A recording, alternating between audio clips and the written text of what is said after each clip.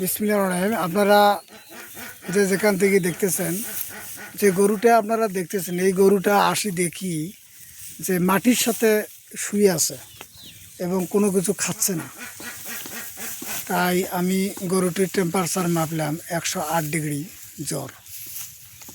যাই হোক, তারপরে ইঞ্জেকশন দেওয়ার পর গরুটি সুস্থ করে দিলাম এবং গরুটি দেখেন এখন খাচ্ছে। তাই আপনারা যেখান থেকে দেখতেছেন, একটু আপনারা সজাগ থাকবেন যে গৃহপালিত পশু যখন খাবে না, তখন আপনারা লক্ষ্য করবেন যে কোনো সমস্যা আছে।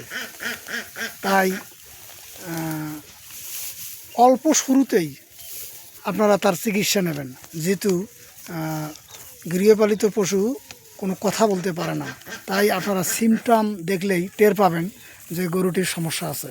তাই আপনারা তাড়াতাড়ি প্রাণী সেবক অর্থাৎ প্রাণী চিকিৎসা যারা করে তার কাছে আপনারা শরণাপন্ন হবেন। ধন্যবাদ।